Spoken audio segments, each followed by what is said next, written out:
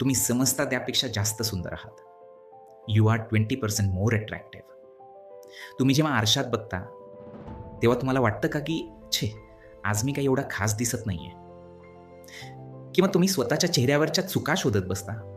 तर खुश व्हा, कारण हा तुमचा भ्रम आहे.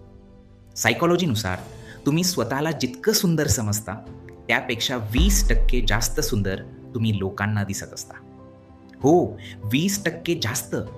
कारण आरशात तुम्ही फक्त तुमचा स्थिर चेहरा बघता.